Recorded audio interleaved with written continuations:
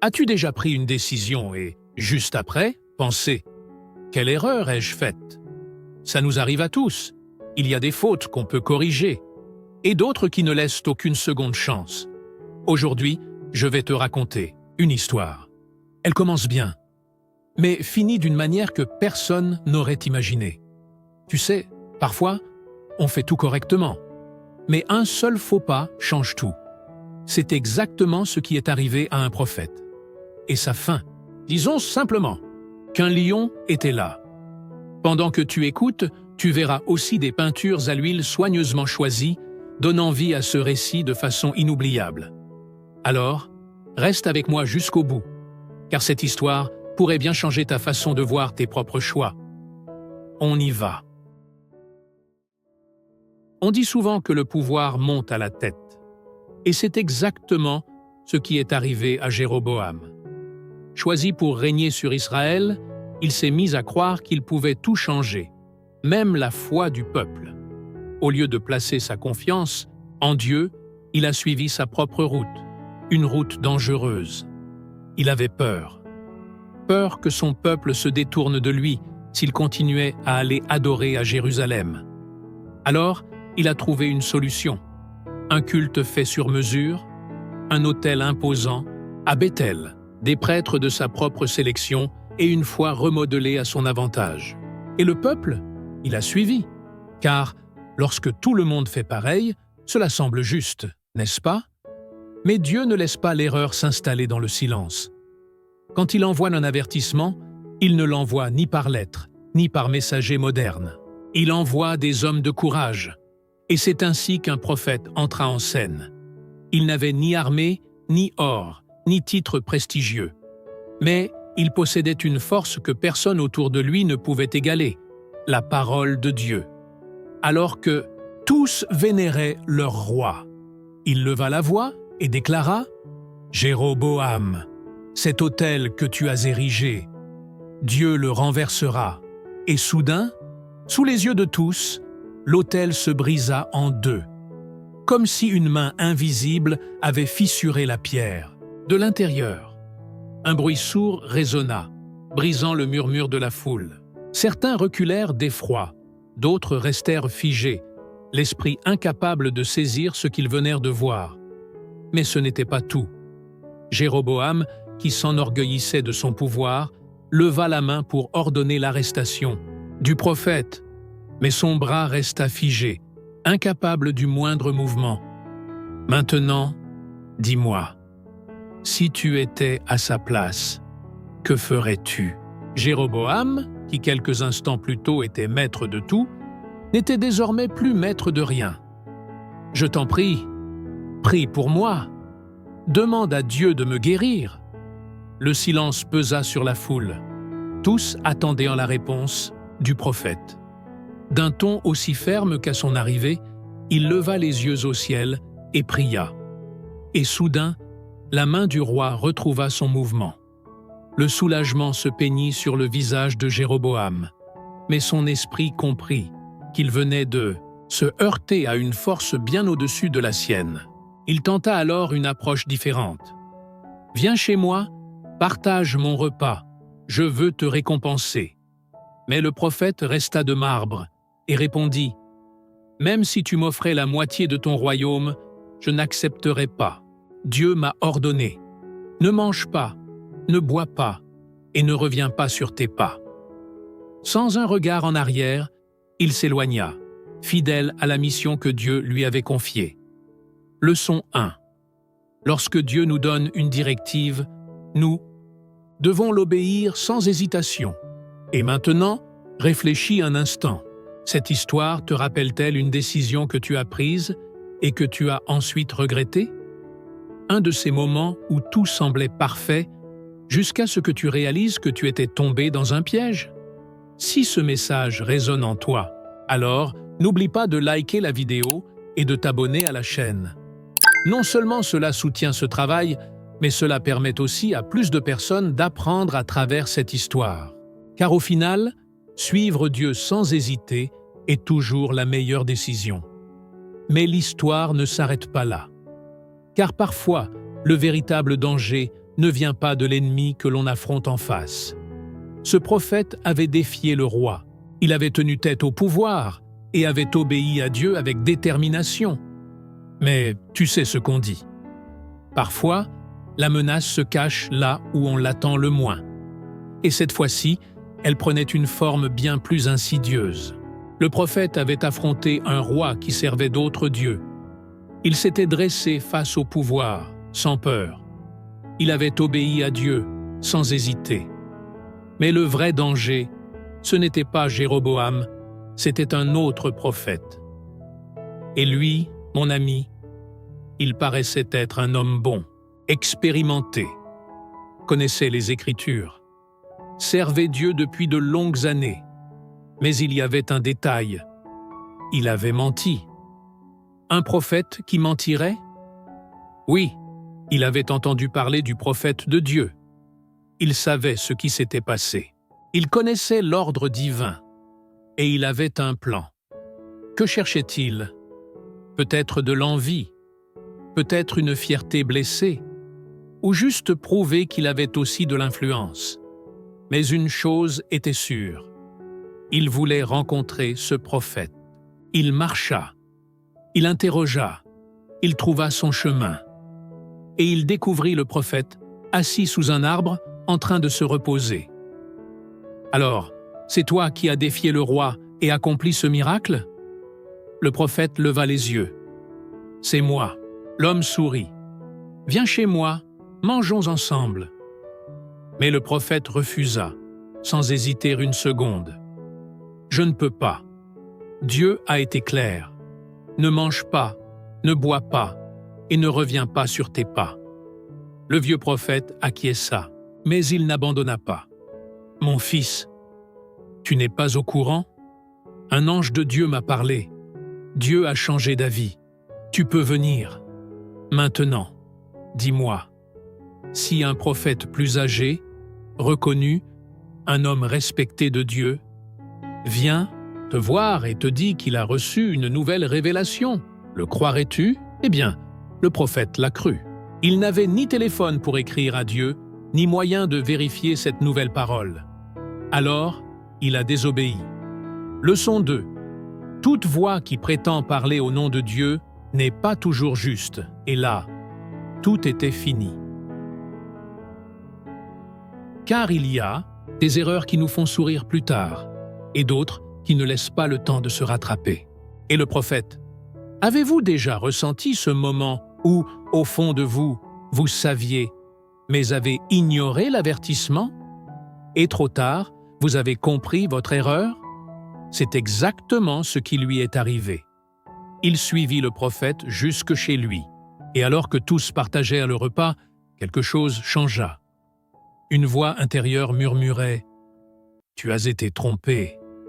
Tu as trahi la confiance de Dieu. » Il s'arrêta net, regarda autour de lui et, envahi par le chagrin, quitta la table, accablé, sous le poids de son erreur.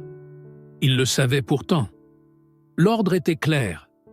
Ne mange pas, ne bois pas, ne reviens pas sur tes pas. Mais il avait cédé. Un instant, une hésitation, un seul. Son destin était scellé. Alors qu'il marchait, il sentait le poids invisible de sa désobéissance. Chaque pas résonnait comme un rappel silencieux de ce qu'il avait ignoré.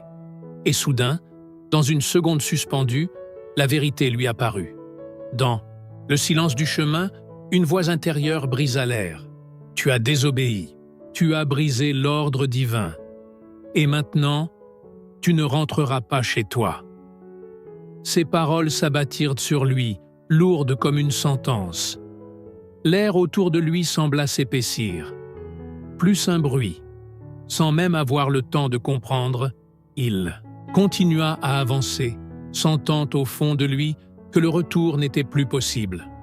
Puis soudain, un rugissement fendit le silence.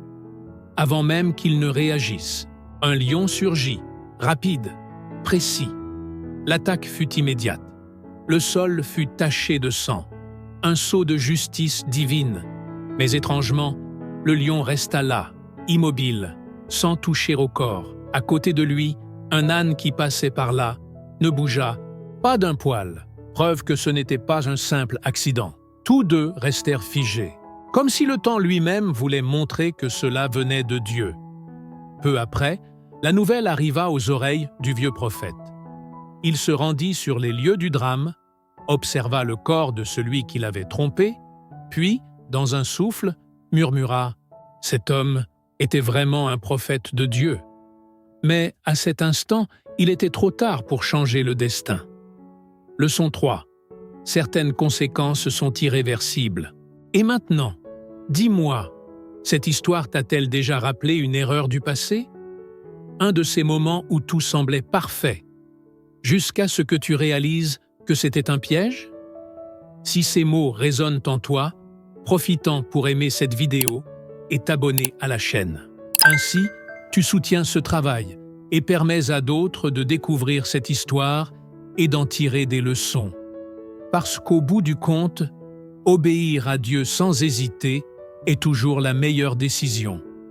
Et en parlant de choix, dis-moi une chose. Combien de fois Dieu t'a-t-il montré le bon chemin? Mais quelqu'un est arrivé et a dit « Oh, ne t'inquiète pas, Dieu ne fait pas attention à ça.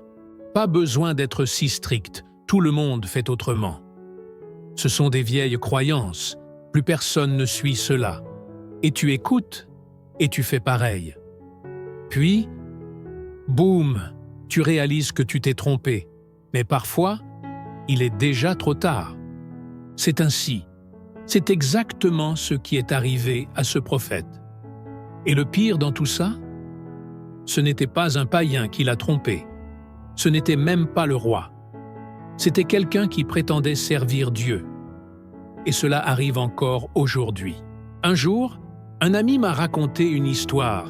Il m'a dit « Dieu m'avait déjà parlé. » Mais un ami est venu et m'a dit que j'exagérais, que je prenais tout trop au sérieux. Alors je l'ai écouté, et tout a mal tourné. Et combien de fois faisons-nous la même chose? Dieu avait déjà parlé. Il avait été clair. Mais nous écoutons une autre voix et ignorons la sienne. Puis, quand tout s'effondre, nous supplions Dieu de réparer nos erreurs. C'est exactement ce que Jéroboam a fait. Et c'est ce que le prophète anonyme n'a pas eu le temps de faire.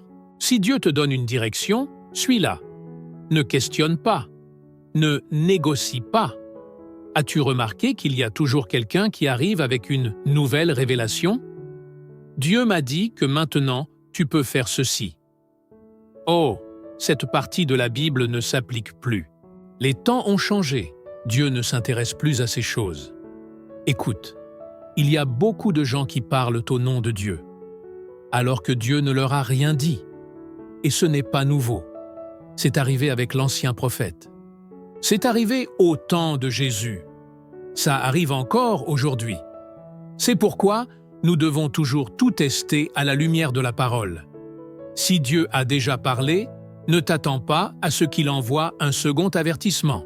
Tout ce qui semble sage n'est pas forcément bon. Maintenant, laisse-moi te raconter quelque chose qui m'est arrivé. Un jour, je conduisais et j'ai vu un feu orange. Je pouvais m'arrêter, mais je pouvais aussi passer.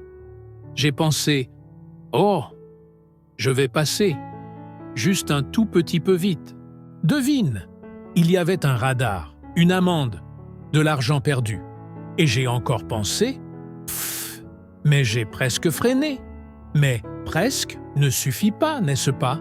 C'est exactement ce qui est arrivé au prophète. Il a presque obéi. Il avait bien commencé, mais un petit écart lui a tout coûté. Et nous faisons pareil, parfois. On pense qu'un léger compromis n'est pas si grave. Oh, juste une fois. Mais tout le monde le fait aussi. Personne ne le saura jamais. Et quand on réalise, il est trop tard. Avec Dieu, une obéissance partielle reste une désobéissance. Alors, dis-moi, à qui écoutes-tu vraiment? Vérifies-tu tout à la lumière de la parole? Obéis-tu pleinement, ou juste un peu? Parce qu'au bout du compte, Le choix de suivre Dieu ou d'écouter une autre voix peut faire la différence entre la vie et la mort. Leçon 4. Il faut du discernement pour reconnaître la bonne voie. Et tu sais ce qui est curieux? Il y a des erreurs qui nous font sourire plus tard. Comme ce message où tu critiques ton patron et que tu envoies par mégarde sur le groupe de l'entreprise. Comme quand tu traverses une rue à sens unique, regardant du bon côté, mais oubliant l'autre, persuadé qu'aucune voiture ne viendra. Sauf que, justement, une bicyclette surgit de cet angle mort. Ces erreurs nous apprennent quelque chose et, parfois, elles nous font même rire après coup. Mais il y a des erreurs dont on ne rit jamais. Et regarde, en voici un exemple bien plus grave. Tu veux prendre un selfie dans un endroit interdit juste pour récolter quelques likes. Au fond, tu sais bien que c'est une mauvaise idée. Au fond, c'est cette voix intérieure, cet avertissement discret, ce signal. N'y va pas, c'est dangereux. Mais voilà qu'une autre voix s'élève, celle d'un ami. Allez, vas-y, tout ira bien. Et, en ignorant cette voix intérieure, tu continues, persuadé que rien ne t'arrivera. À cet instant, tu es comme ce prophète qui a choisi d'écouter un mensonge. Et ton ami, qui te pousse à désobéir, joue le rôle du faux prophète. Inutile de te dire comment ces histoires finissent, n'est-ce pas? Et ce moment où ta mère t'a dit « Ne fais pas ça, c'est dangereux », c'était, encore une fois, un avertissement, une sagesse protectrice. Mais si tu fais comme si de rien n'était, bam! La vérité, c'est que cette voix en nous, ce pressentiment ou ce conseil sincère, sont souvent des échos d'une vérité plus grande. Quand nous choisissons de les ignorer, nous faisons comme ce prophète. Et parfois, il est trop tard. Alors, la prochaine fois qu'une voix te murmure « Ne fais pas ça, écoute bien », ce choix peut tout changer et peut-être même te sauver. Le prophète avait presque tout bon, mais ce presque lui a coûté trop cher. Alors, dis-moi, écoutes-tu vraiment la bonne voix? Ou te laisses-tu influencer par n'importe qui? Entends-tu Dieu te parler? Ou crois-tu n'importe qui vient en disant « Dieu m'a parlé » Réfléchis bien, car, au bout du compte, ce choix peut tout bouleverser. Merci d'être resté avec moi jusqu'ici. À très bientôt.